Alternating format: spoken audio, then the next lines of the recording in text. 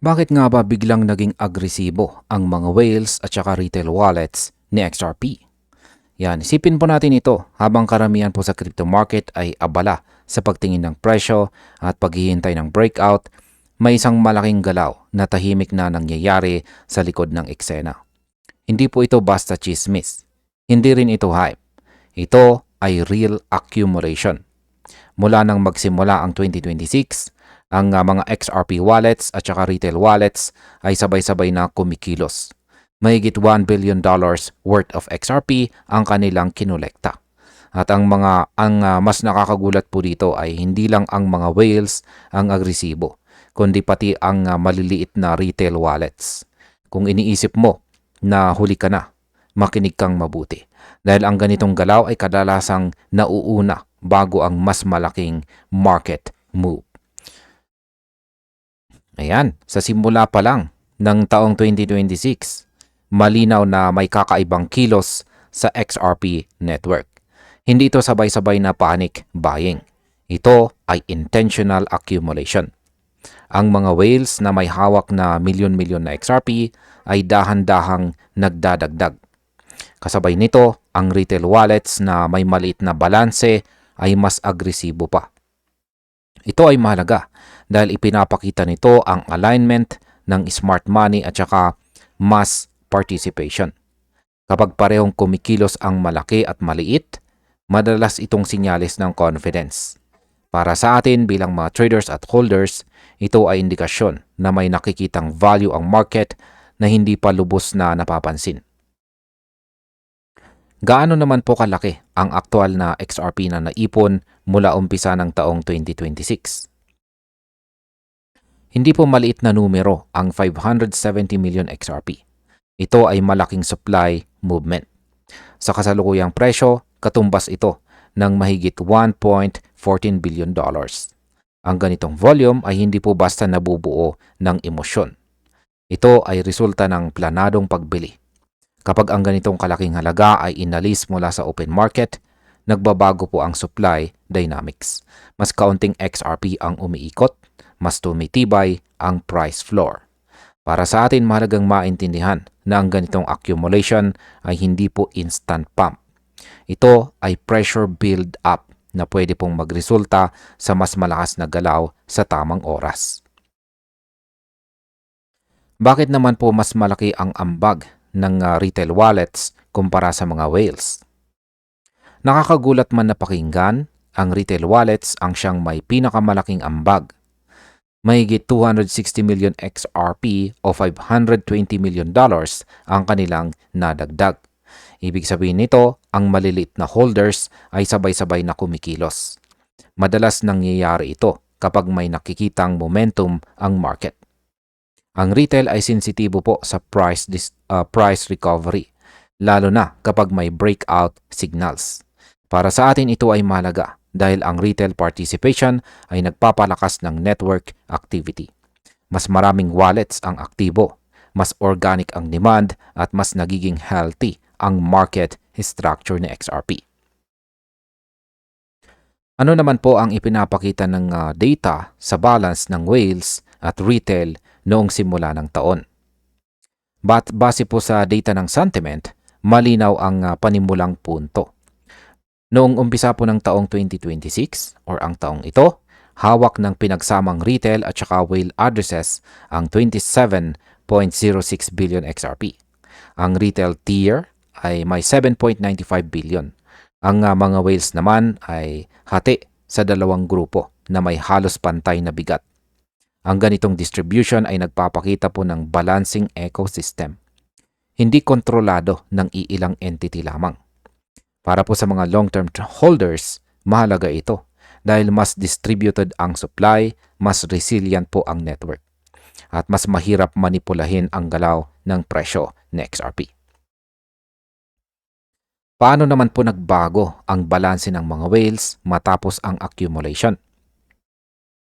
Pagkatapos po ng accumulation phase, makikita po ang malinaw na pagtaas. Ang mga whales na may 10 million hanggang 100 million XRP ay nagdagdag ng 190 million tokens. Samantalang ang mas malalaking whales ay nagdagdag pa ng 120 million XRP. Hindi po ito sabay-sabay na pagbili. Ito ay dahan-dahang pag-ipon. Para sa atin, ang ganitong galaw ay indikasyon ng strategic positioning.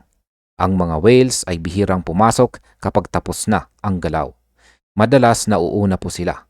At kapag sila ay patuloy na nagdadagdag, ibig sabihin ay naniniwala sila sa mas mataas na value sa hinaharap.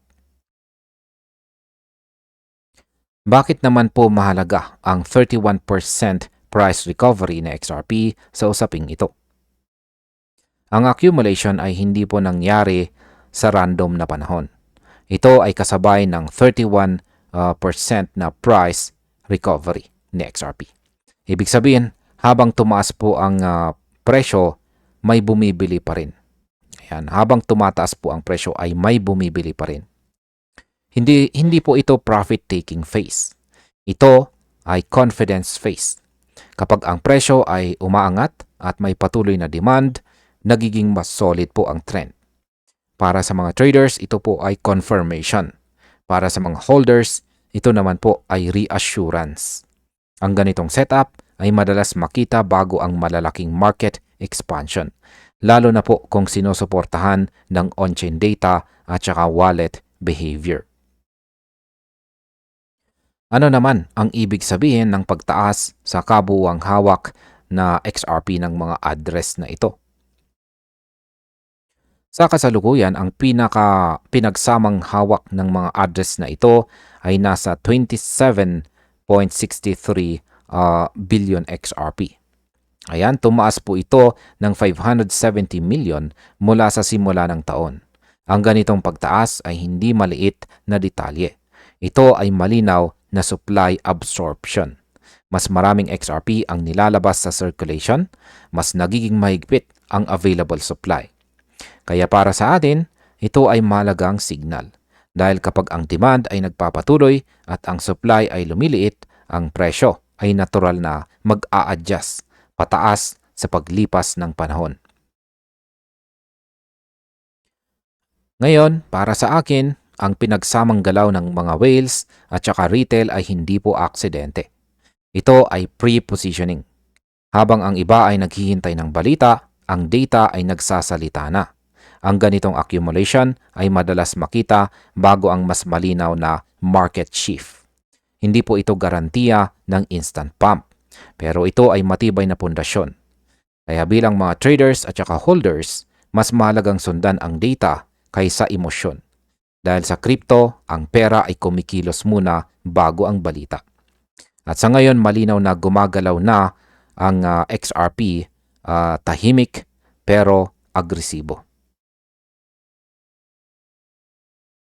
Bakit sinasabing henyo ka kung mas marami kang XRP kaysa pera sa bangko? Ayan, paano kung sabihin ko sa iyo na ang pagiging mas maraming ipon kay XRP kaysa sa bangko ay hindi po delusion kundi katalinuhan? Sa panahon ng inflation na unti-unting kumakain sa halaga ng pera, may mga taong tahimik na gumagawa ng desisyon na hindi pa naiintindihan ng nakakarami. At kapag narinig mo ang isang XRP ledger developer na nagsabing you're a genius, kung mas malaki ang hawak mong XRP kaysa bank savings, mapapaisip ka, ito ba ay yabang o babala? Kaya sa balitang ito, ay sisirain po natin ang tradisyonal na paniniwala tungkol sa ipon. At titingnan natin kung bakit para sa ilan sa XRP ang mas matalinong taguan or storage ng halaga sa hinaharap. At ayan ang pahayag po na mula kay Bird. Isa po siyang kilalang XRP ledger developer. Ay hindi po simpleng biro. Ito ay pananaw na hinubog ng karanasan sa inflation at saka digital assets. Para sa kanya, ang desisyon na maglagay ng mas malaking halaga kay XRP ay sinyalis ng foresight. Ibig sabihin na uunawaan mo na ang bangko ay hindi palaging ligtas. Ang tunay na halaga ng pera ay hindi lang kung gaano ito karami, kundi kung gaano ito kayang ipreserba ang buying power. Para po sa atin, bilang mga holders, ang mensahe dito ay malinaw. Ang pag-iipon ay hindi dapat otomatikong nakapark or nakalagay sa tradisyonal na sistema. Ngayon ay bakit hindi po sapat ang bank interest laban sa inflation? Maraming bangko ang nag-aalok ng interest na mukhang kaaya-aya sa papel. Karaniwan nasa 4 hanggang 6% kada taon. Pero ang tanong, sapat ba ito?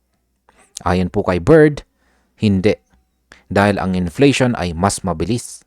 Tumataas po ang presyo ng pagkain, renta, kuryente at iba pang pang-araw-araw na gastusin.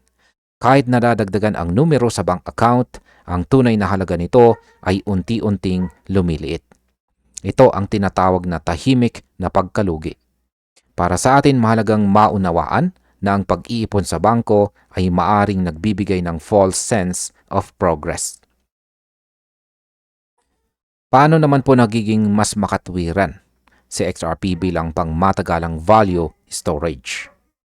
Sa ganitong konteksto, pumapasok po si XRP. Hindi po siya nakatali sa polisiya ng isang bansa. At hindi rin siya basta-basta nadadagdagan ang kanyang supply.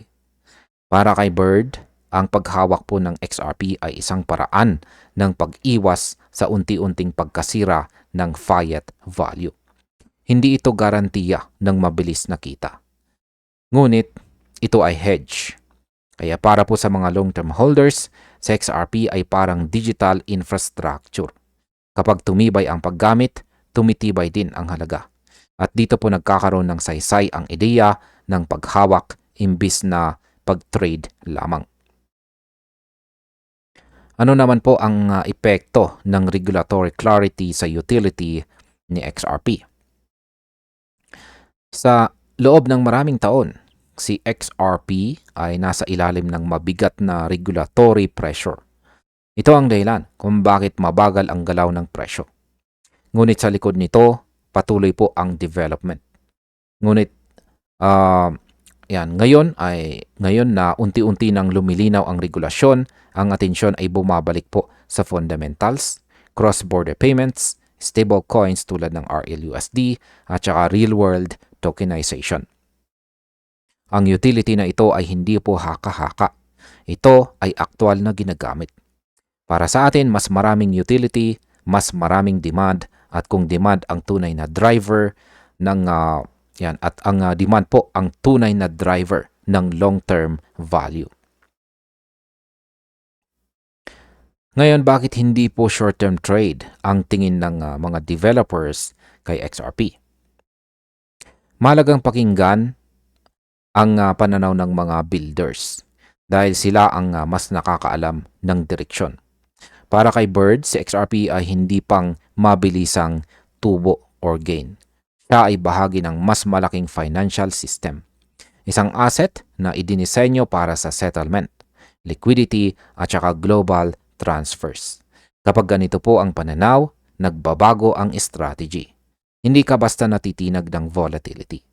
Sa halip, mas nagiging malinaw ang dahilan kung bakit ka humahawak or nag-hold.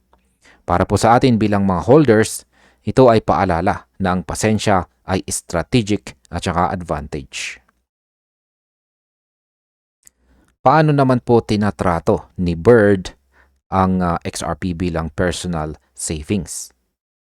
Ayon kay Bird, personal po niyang tinitignan ang XRP bilang long-term savings. Hindi nakaiwan sa bangko, kundi nasa self-custody, cold storage, at kontrolado po niya. Para sa kanya, mas mahalaga ang ownership kaysa convenience.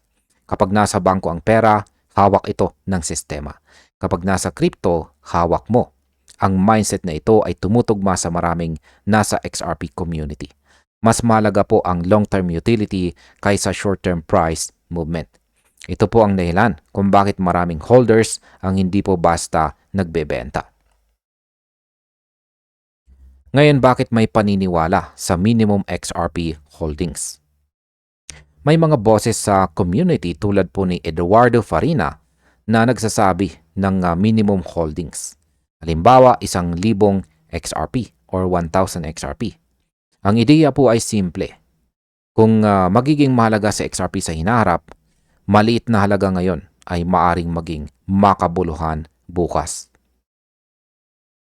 Ang iba ay mas agresibo pa. Sinasabing ang mas malaking hawak or holdings ay maaring magbigay ng financial freedom. Bagamat speculative, ipinapakita nito ang long-term confidence. Para sa atin, mahalagang ihiwalay po ang hype sa conviction at unawain po natin kung bakit nila ito pinaniniwalaan. At ayan, ang masasabi ko naman tungkol dito ay ang pahayag po ni Bird ay hindi po utos. Isa itong lens or pananaw. Pinapakita po nito kung paano po mag-isip ang mga taong malalim ang pagkaunawa sa sistema. Hindi ito nangangahulugang ilabas ang lahat ng pera sa bangko. Ngunit ito ay paanyaya na magtanong, saan ba talaga napupunta ang halaga ng iyong ipon? Sa panahon ng inflation at saka digital finance, ang pagiging maalam ay mas mahalaga kaysa pagiging komportable. At kung nauunawaan mo kung bakit may naglalagay ng mas malaking tiwala kay XRP, marahil ikaw nga ay mas handa kaysa sa karamihan. Bakit po ba naging number 1 sa XRP sa trading activity ng Korea nitong taong 2025? Ayan, paano kung sabihin ko sa iyo na noong 2025 ay may isang crypto na tahimik na tinalo si Bitcoin sa mismong teritoryo kung saan sobrang lakas ng mga retail traders. Hindi po ito chismis, hindi ito haka-haka. Ito po ay data sa South Korea, isang bansa na kilala sa matinding crypto activity. Si XRP ang naging pinaka-traded community ng buong taon. Hindi dahil sa isang araw na hype, hindi dahil sa biglaang pump, kundi dahil sa tuloy-tuloy na dominasyon. At kung ikaw ay trader, investor o holder, ang balitang ito ay direktang tumutukoy po sa atin. Dahil ipinapakita nito kung saan talaga dumadaloy ang tunay na demand. At ayan, noong pong nakalipas na taong 2025, si XRP ay hindi lang basta sumabay sa market. Siya ang nanguna. Sa pinakamalaking crypto exchange ng South Korea na Upbit, nalampasan po niya si Bitcoin at Ethereum sa kabuoang trading volume. Mahalaga ito dahil ang Korea ay isa po sa pinakaaktibong crypto markets sa mundo. Hindi madaling manguna dito. Ang mas lalong mahalaga, hindi ito nangyari dahil sa isang malaking araw. Si XRP ay nanatiling dominante halos araw-araw. Para sa atin, ipinapakita nito na ang interest kay XRP ay hindi po pansamantala. Ito ay resulta ng tuloy-tuloy na pakikilahok ng market. Ngayon ay paano po napatunayan na hindi hype kundi consistency ang lakas ni XRP? Ang karamihan po ng crypto pumps ay umaasa sa biglaang volume spike. Isang araw malakas, kinabukasan tahimik. Pero ang nangyari po kay XRP ay kabaligtaran. Ayon po sa datos, araw-araw po siyang kumukuha ng pagitan sa 15% hanggang 22% ng daily trading volume ng Upbit. Ibig sabihin, hindi po siya umaasa sa hype. May tunay po na users o gumagamit. May tunay na mga traders. Ang XRP KRW pair ang naging pinaka-traded market sa exchange sa halos buong taon. Para sa atin, mahalaga ito dahil ang consistency ay mas matibay kaysa sa pansamantalang excitement. Ano nga ba ang ibig sabihin ng 70% share ng trading activity para sa market? Kapag sinabing 70% ng activity, hindi po ito biro. Ibig sabihin sa bawat galaw ng market, andon sa XRP. Sa halos buong 2025, siya ang sentro ng trading behavior kay Upbit. Hindi ito nangyayari kung walang malawak na participation. Retail traders ang bumubuhay sa Korean market. At malinaw na pinipili po nila sa XRP. Para po sa atin bilang mga holders, ito ay indikasyon ng tiwala. Kapag ang volume ay nanggagaling sa maraming tao, mas nagiging organic ang galaw ng presyo. mas nababawasan po ang manipulation. Ngayon, bakit naman po mahalaga ang record na $1.22 billion na single-day volume? Noong July 2025, umabot po sa halos $1.22 billion ang trading volume ng XRP sa loob lamang ng isang araw. Ito ay malinaw na sinyalis ng peak interest. Ngunit ang mas mahalaga, nangyari ito sa gitna ng isang taon na consistent na malakas. Hindi ito isolated event. Sa kabuuan, mahigit $1 trillion ang total volume ng Upbit noong 2025. At malaking bahagi po nito ay galing kay XRP. Para sa atin, ang ganitong datos ay nagpapakita ng liquidity ay totoo. May lalim, may demand at saka may galaw. Ngayon, paano naman po nakaapekto ang malalim na liquidity ng XRP sa Korean market? Isa po sa pinaka-critical na aspeto ng trading ay ang liquidity. At dito po namukod tangi sa XRP. Mas malalim ang liquidity po niya kumpara kina Bitcoin at Ethereum sa Upbit. Ibig sabihin, kayang bumili at magbenta ng malalaking halaga nang hindi po masyadong naaapektuhan ang presyo. Para po sa mga traders, malaking bagay ito. Mas kaunting slippage, mas maayos na execution at dagdag pa rito, umabot sa tinatayang 570 million XRP ang hawak ng mga Korean exchanges sa pagtatapos ng taon. Ipinapakita po nito ang lalim ng market confidence. Ngayon, bakit po baswak sa XRP sa retail-driven na market ng South Korea? Ang crypto market ng Korea ay pinapaganang ng retail traders. Hindi institution ang nangingibabaw. At dito talaga bumagay sa XRP dahil sa kanyang liquidity, bilis at saka accessibility. Ang malakas na trading activity ay tumulong para mapanatiling stable ang galaw ng presyo. Mas kaunting biglaang swings kumpara sa ibang high volume assets. Kaya para sa atin ito ay mahalaga. Dahil ang mas stable na market ay mas madaling i-trade. Mas malinaw ang structure, mas predictable ang behavior ng presyo. Ngayon ay ano naman ang papel ng napakalaking user base ng Upbit sa tagumpay ng XRP? Ang Upbit ay may humigit kumulang 13.26 million users. Halos 1/4 ng buong populasyon ng Korea. Ibig sabihin, napakalawak po ng exposure. Ang pinakaaktibong age group ay nasa 30s. May mga taong may purchasing power. Kalakihan ay 65% ng mga users. Pero 43% ng new registrations ay kababaihan. Ipinapakita po nito ang patuloy na paglaki ng market. Ang peak trading time ay bandang 9 a.m. KST. Ibig sabihin kasama po sa daily routine ng mga tao ang crypto. At si XRP ay sentro ng galaw na ito. At ayan ang masasabi ko po tungkol dito ay ang nangyari nitong nakalipas na taong 2025 ay malinaw na mensahe. Si XRP ay hindi lang basta altcoin. Siya ay pangunahing asset sa isa sa pinakaaktibong crypto markets sa mundo. Hindi po niya tinalo si Bitcoin dahil sa hype. Tinalo po niya ito dahil sa tunay na paggamit. Bilang mga traders, investors at saka holders, ito ay paalala na minsan ang pinakamahalagang signal ay hindi po galing sa balita, kundi sa behavior ng market. At kapag ang isang asset ay pinipili araw-araw, yan ang klase ng lakas na hindi po madaling baliwalain. Bakit nga ba binatikos ng House Democrats ang SEC dahil sa pag-drop ng XRP case at saka iba pa?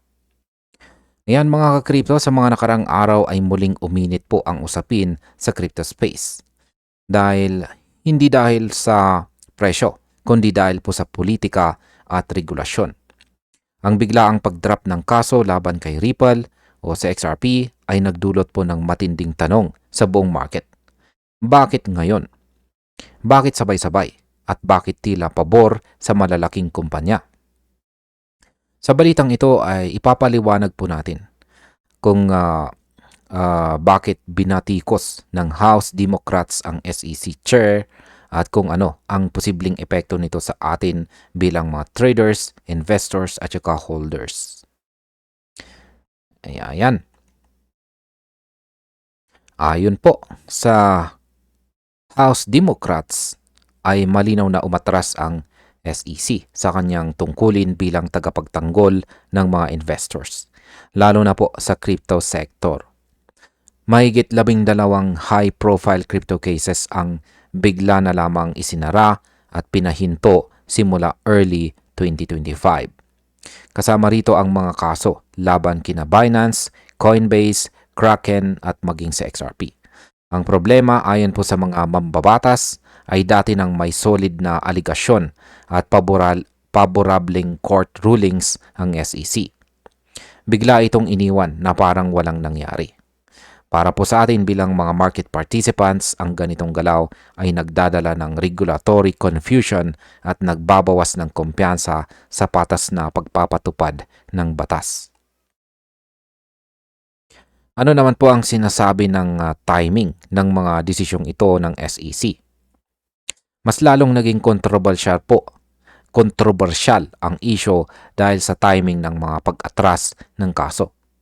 Ayon po sa sulat ni na Maxine Waters at saka Brad Sherman, maraming kumpanyang nakinabang sa desisyon ng SEC ay nagbigay po ng malalaking political donations kay President Donald Trump. Kabilang dito sina Ripple, Coinbase, Kraken, Robinhood at Crypto.com. Para sa mga mambabatas ay lumikha ito ng imahe ng pay-to-play regulation kung saan ang may koneksyon ay mas ligtas. Kaya para sa atin bilang mga traders at investors, ito ay nagdadagdag ng political risk sa market na hindi kayang sukatin ng technical analysis lamang. Ano naman ang market impact ng pag-urong ng SEC sa enforcement? Kapag ang regulator ay nagiging inconsistent, ang market ay nagiging emotional. Ang biglaang pag-drop ng kaso laban kay XRP ay nagbigay po ng short-term optimism at price volatility. Pero sa long term, nagdudulot ito ng tanong kung alin ang ligtas at alin ang susunod na target. Para sa institutional investors, ang ganitong environment ay uncertain at maari pong magpabagal ng capital inflow. Para naman sa mga retail traders, tulad natin, ito ay nagiging double-edged sword kung saan may pump ngayon pero may panganib bukas kapag nagbago po ulit ang direksyon ng SEC. Ngayon ay bakit naman po espesyal ang kaso ni Justin Sun sa usaping ito? Binigyang diin po ng House Democrats ang kaso laban kay Justin Sun ng Tron Foundation. Ang SEC ay nagsampa po ng civil charges noong 2023 dahil sa unregistered securities at saka market manipulation. Noong February 2025 ay biglang pinahinto ang kaso para raw sa settlement talks. At hanggang ngayon ay halos isang taon nang nakatenga. Para sa mga mambabatas, ito ay malinaw na sinyalis ng selective enforcement. Para sa market, ito po ay naglalabas ng mensahe na ang may sapat na impluwensya ay maaring umiwas sa mabilis na hustisya. Ano naman ang epekto ng Justin Sun pause sa tiwala ng crypto market? Ang mahabang pagkaantala ng kaso ni Justin Sun ay direktang tumatama sa credibility ng SEC. Kapag ang batas ay hindi pare-pareho ang pagpapatupad, nawawala ang tiwala ng mga investors. Para po sa atin, ito ay nagdudulot ng tanong kung ang fundamentals ay mas mahalaga pa kung ang fundamentals ay mas mahalaga pa ba kaysa connections. Ang ganito pong signal ay maaring mag-encourage ng risky behavior sa market dahil iniisip po ng iba na pwede palang makalusot. Ito ay masama para sa long-term stability ng crypto ecosystem. Ngayon ay bakit po ba hinihingi ng House Democrats ang transparency at saka accountability?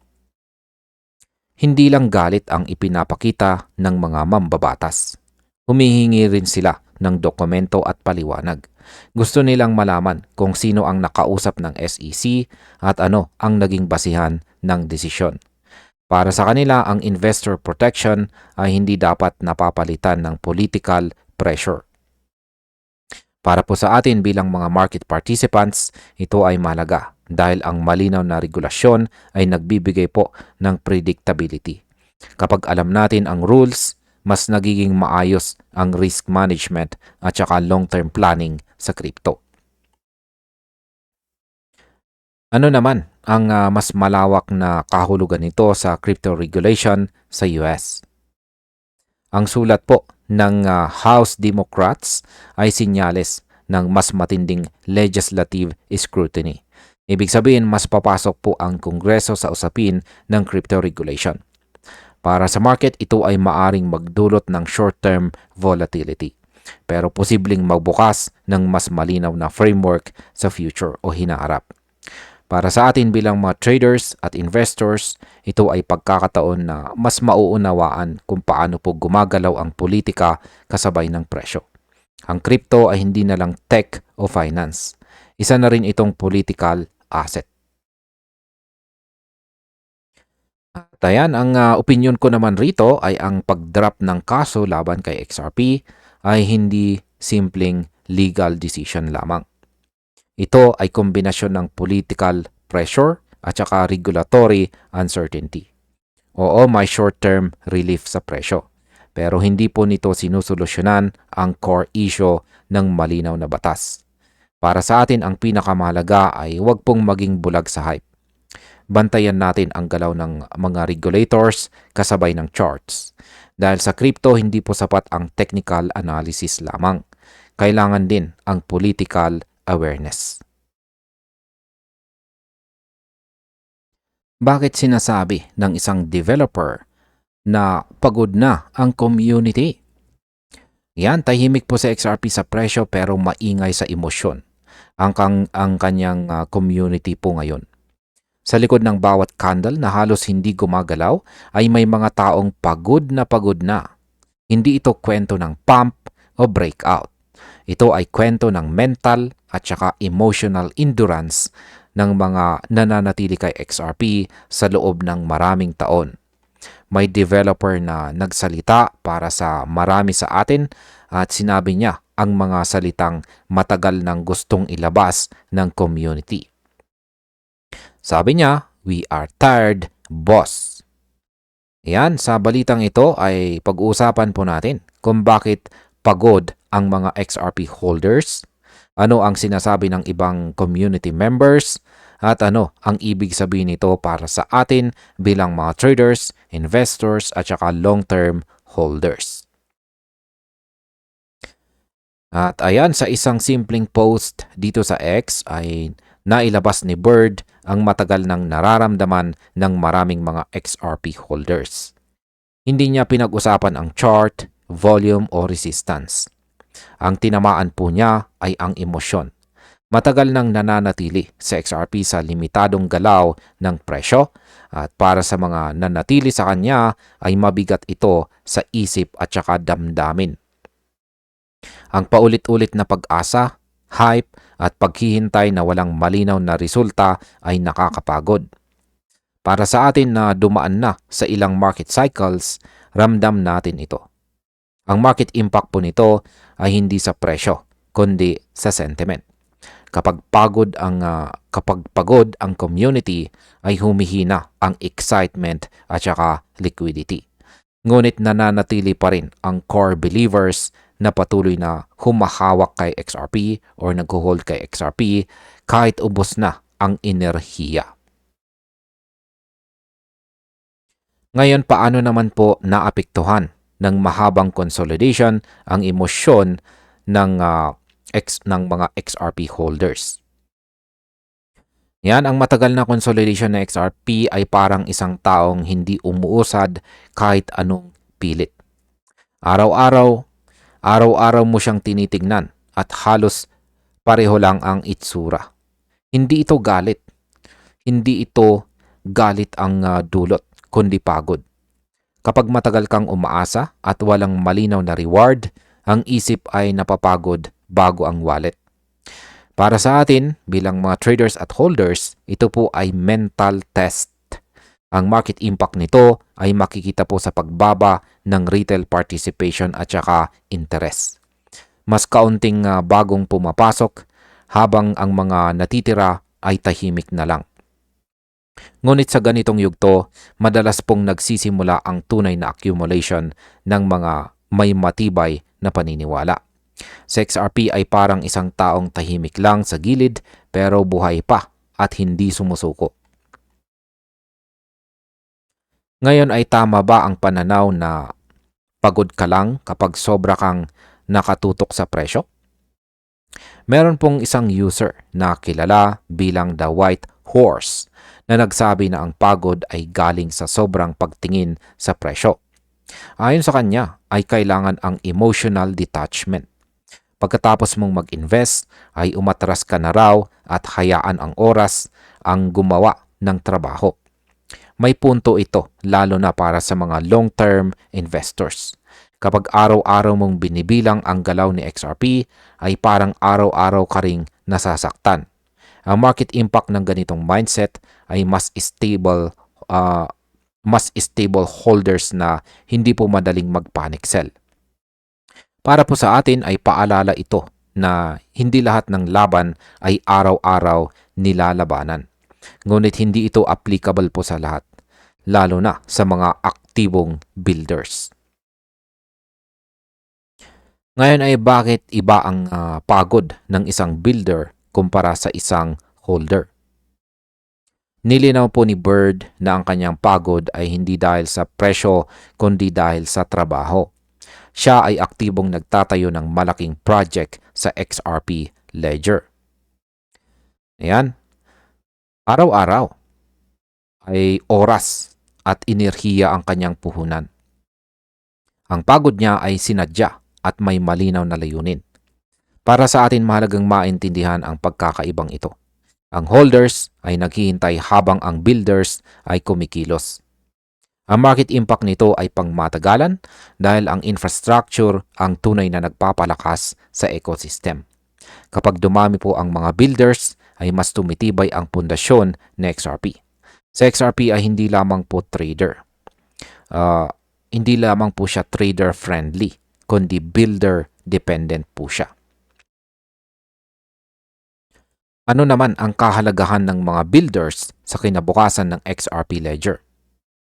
Ayon po kay Bird, ang kanyang project ay may layuning mag-onboard ng hundreds of thousands of users sa XRPL.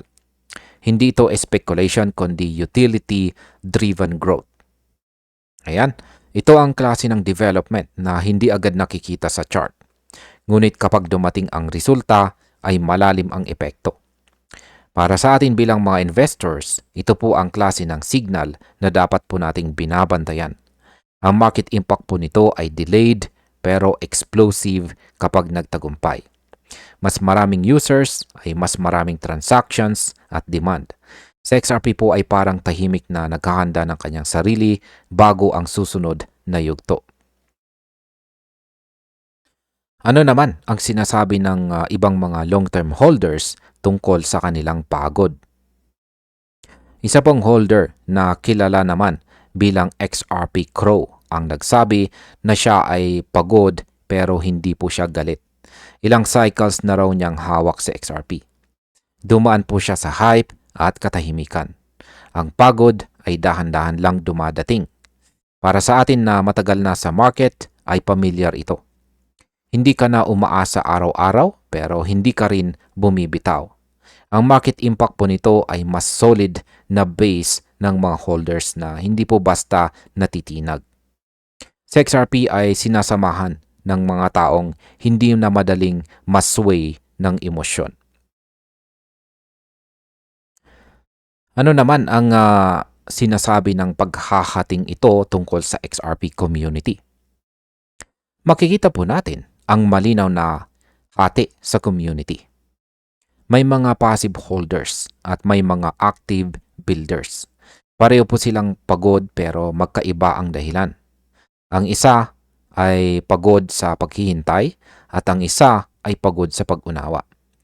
Para po sa atin, mahalagang maintindihan na parehong mahalaga ang kanilang papel. Ang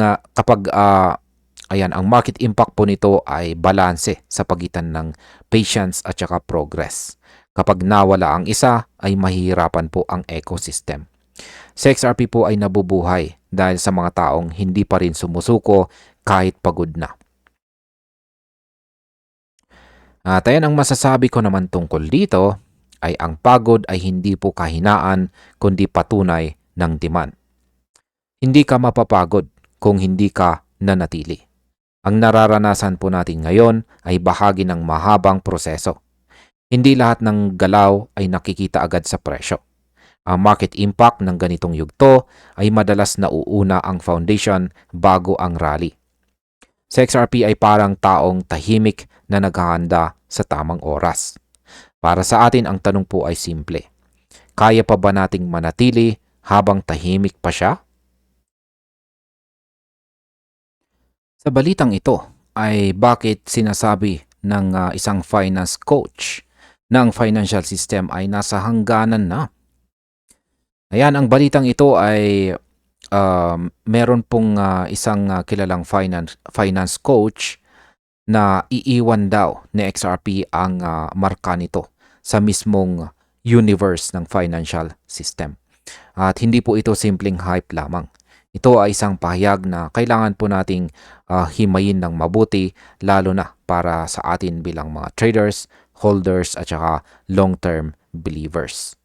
Hindi ito usapan ng mabilisang yaman, kundi usapan ng malalim na pagbabago sa mismong sistema ng pera. Yan, sa isang video commentary po ni Coach GV ay malinaw na ang tingin niya kay XRP ay hindi pang trade lamang, kundi isang mahalagang bahagi ng bagong financial infrastructure na unti-unti nang binubuo. Para sa atin, mahalagang maintindihan kung bakit niya ito nasabi. Dahil dito po magsisimula ang mas malinaw na pananaw kung saan talaga papunta ang market. Ayan po kay Coach JV dito, ang kasalukuyang financial system ay hindi na kayang sabayan ang bilis ng modernong mundo. Ang pera ay mabagal gumalaw, mahal ang bayad at puno ng middleman na kumakain sa efficiency.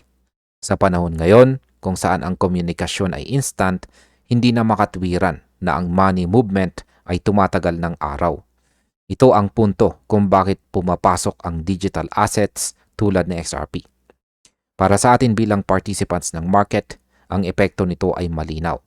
Kapag may sistemang bumabagal, may teknolohiyang papalapit. At kapag may pumalit, ang value ay lilipat rin doon. Ngayon, paano po tinitignan ni Coach JV sa XRP at iba pang crypto? Ayan, hindi po tinitignan ni Coach JV si XRP, si Bitcoin, si Solana o si HBAR bilang speculative casino chips. Para sa kanya, sila ay mga piraso ng mas malaking disenyo ng bagong financial system. Ibig sabihin, ang halaga po nila ay hindi lamang nakabase sa presyo ngayon, kundi sa papel na gagampanan po nila sa hinaharap. Para po sa atin bilang mga holders, mahalaga ito dahil binabago po nito ang mindset mula sa daily chart watching papunta sa system level understanding.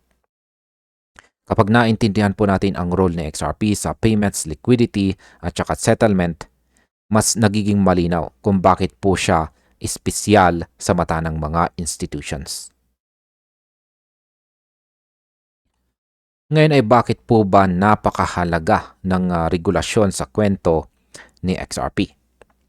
Isa po sa pinakamalakas na punto ni Coach JV ay ang regulasyon ang magsasala kung sino ang mabubuhay.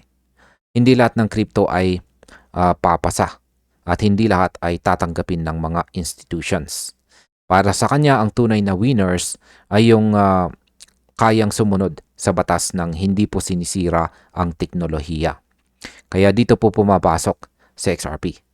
Matagal nang hinahamon si XRP sa regulatory space at ang simpleng katotohanan na buhay pa rin po siya ay isang signal. Kaya para sa atin bilang mga investors, ang market impact po nito ay malaki. Kapag malinaw ang regulasyon, pumapasok ang malalaking pera. At kapag pumasok ang malalaking pera, nagbabago ang laro. Ngayon, bakit biglang nagbabago ang pananaw ng mga bangko? Ayon po kay Coach JV, ang mga bangkong dating galit sa crypto ay unti-unti nang nag-iiba ng kanilang tono. Ang dating pagtuligsa ay napapalitan ng paghahanda. Ngayon ay pinag-aaralan na nila ang custody services at investment exposure. Para sa atin, malinaw po ang mensahe. Hindi gagalaw ang institutions kung wala silang nakikitang long-term value. Kapag ang financial advisors ay nagsimulang mag-recommend kahit maliit na allocation kay XRP at Bitcoin, ibig sabihin ay handa na ang system para sa pagbabago. Ang epekto po nito sa market ay hindi po biglaan pero steady at saka malalim. Paano naman po papasok ang ETF sa kwento ng mass adoption? Malinaw po kay Coach JV na hindi lahat ay magsi-self-custody. Para sa karamihan, mas madali ang ETF dahil ito ay regulated, simple at pamilyar. Ang ETF ang nagsisilbing tulay sa pagitan po ng traditional finance at saka blockchain assets. Para po sa atin, ang market impact po nito ay access. Kapag mas madaling pumasok ang pera, mas lumalaki ang demand. Binanggit din niya ang Evernorth at ang pahayag ng CEO nito na si XRP ay core asset sa kanilang digital treasury. Ibig sabihin, may mga kumpanyang direktang itinataya ang future nila kay XRP. Ngayon, bakit po disiplina at strategy ang tunay na mensahe? Paulit-ulit na binigyang diin ni Coach JV ang huwag magkalat ng kapital. Hindi lahat ng uso ay dapat sakyan. Hindi lahat ng pump ay dapat habulin. Para sa kanya, ang tamang diskarte ay focus lamang sa assets na kayang tumagal sa regulation at saka cycles. Para sa atin, ito po ay paalala. Ang market ay umiikot. May bull, may bear, at ang panalo ay napupunta sa handa. Hindi sa mabilis na ma-excite. Ang pagsasama ng offensive at saka defensive strategy ay nagbibigay po ng proteksyon at oportunidad. At ayan, talaga bang iiwan na XRP ang marka nito sa sistema? Sa aking pananaw, ang sinasabi po ni Coach JV ay hindi pangarap kundi babala at imbitasyon. Babala sa mga handang mag-aral at imbitasyon naman sa mga gustong umunawa ng mas malaking larawan. Si XRP ay hindi lamang po chart, hindi lang siya presyo. Siya ay simbolo ng paglipat ng mundo mula sa lumang sistema papunta sa bago. Para sa atin, ang tanong po ay simple. Manunood lang ba tayo o sasabay tayo sa pagbabago? Dahil ang tunay na yaman ay hindi lang kita, kundi kaalaman at tamang posisyon sa tamang oras. Sabi po ng isang market strategist, ang pattern daw ni XRP na kanyang nakita ang siyang magbabago sa lahat. Yan, may mga panahon sa crypto market na tahimik po ang galaw pero mabigat ang ibig sabihin. Ito ang eksaktong sitwasyon ni XRP ngayon ayon sa isang kilalang market strategist. Hindi ito tungkol sa hype o panandali ang pump. Ang pinag-uusapan po dito ay isang historical pattern na minsan nang nakita sa traditional na market. Ang mas nakakagulat pa ay nangyari ito sa oil market nitong taong 2020. Sa panahong ito ay halos lahat ay sumuko na sa oil. Walang naniniwala, walang umaasa. Ngunit bigla itong sumabog pa itaas. Ngayon ay sinasabi po ng analyst na si Steph is Crypto na nasa parehong posisyon itong si XRP. Kung tama po ang kanyang basa sa market structure at saka psychology, maring hindi lang simpleng rally ang kasunod nito. Ang tanong ngayon ay handa ba talaga tayo sa posibleng mangyari kay XRP? Yan, sa oras po ng analysis ay nagtitrade po si XRP sa presyong 2.09 dollar. Para sa marami ay parang walang nangyayari. Parang stuck, parang boring, ngunit dito nagkakamali ang karamihan. Sa XRP po kasi ay nananatiling isa sa pinaka-liquid na digital assets sa buong crypto market. Nasa sentro pa rin po siya ng payment-focused infrastructure ng Ripple na patuloy po na lumalawak. Ang mga long-term holders ay hindi po tinitingnan sa XRP bilang meme o short-term play. Tinitingnan po nila siya bilang macro asset. Ibig sabihin ay bahagi po siya ng mas malaking financial system narrative. Habang ang iba ay nakatuon po sa araw-araw na galaw ng presyo, ang mga may karanasan ay tahimik na inoobserbahan ang structure. At dito po nagsisimulang maging interesting ang kwento ni XRP. Ayan, bakit po ba mahalaga ang matagal na compression phase na pinagdaanan ni XRP bago ang posibleng galaw? Ayan, hindi po nag-focus si Steph sa isang short-term indicators. Hindi siya nagbanggit ng RSI o moving averages. Ang tiningnan niya ay ang matagal na compression na dinanas ni XRP. Ito po ang yugto kung saan nawawala ang excitement at saka volume. Dito rin po sumuko ang karamihan. Sa ganitong phase, unti-unting napipiga ang market. Ang mahihinang kamay ay nagbebenta, ang may pasensya ay nananatili. Kapag ang isang asset ay matagal na nakakompress at nananatiling liquid, madalas ay nagiging base or pundasyon ito ng malakas na expansion. Ito ang dahilan kung bakit hindi po simpleng sideways move ang tinitignan kay XRP. Ito ang dahilan kung bakit hindi, ulitin ko po, hindi po ito dahilan kung bakit hindi simpleng sideways na galaw ang tinitignan lamang kay XRP. Para sa analyst, ito ay pagkahanda bago ang mas malaking galaw. Ngayon ay ano nga ba ang nangyari sa oil market noong taong 2020 at bakit ito ikinukumpara ngayon kay XRP? Nitong nakalipas na taong 2020 ay dumaan po ang oil market sa isang madilim na yugto. Bumagsak ang sentiment, nawala ang tiwala. Maraming naniwala na tapos na ang oil bilang profitable asset.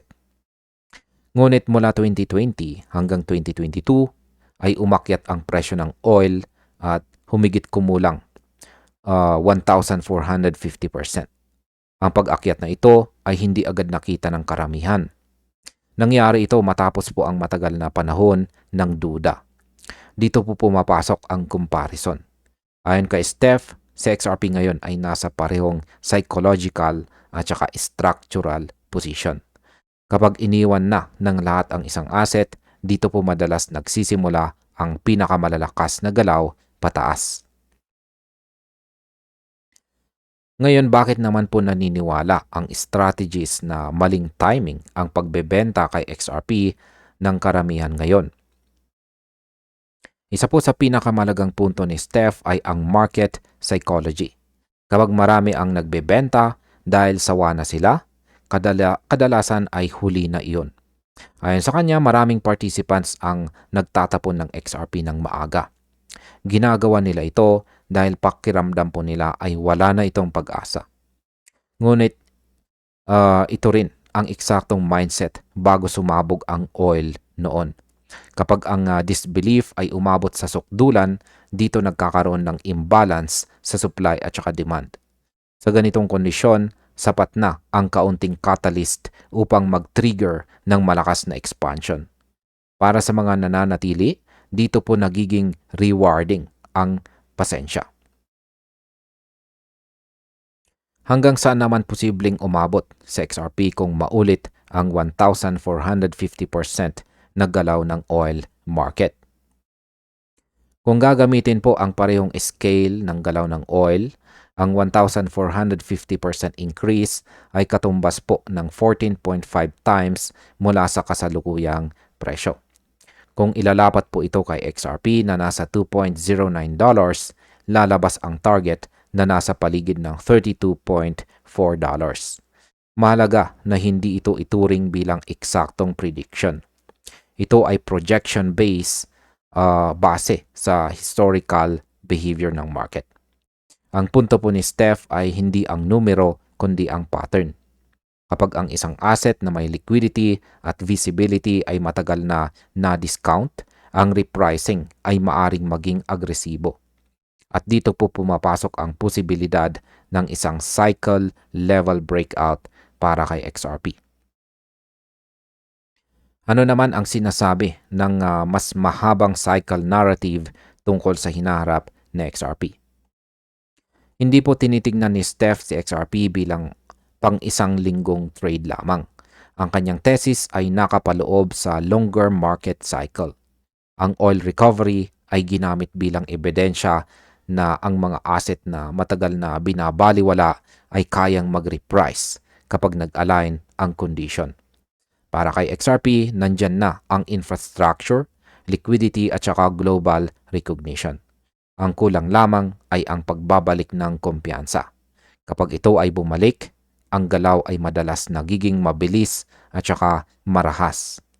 Para sa atin bilang mga holders at saka observers, mahalagang maintindihan kung nasaan tayo sa cycle upang hindi po tayo mahuli sa desisyon.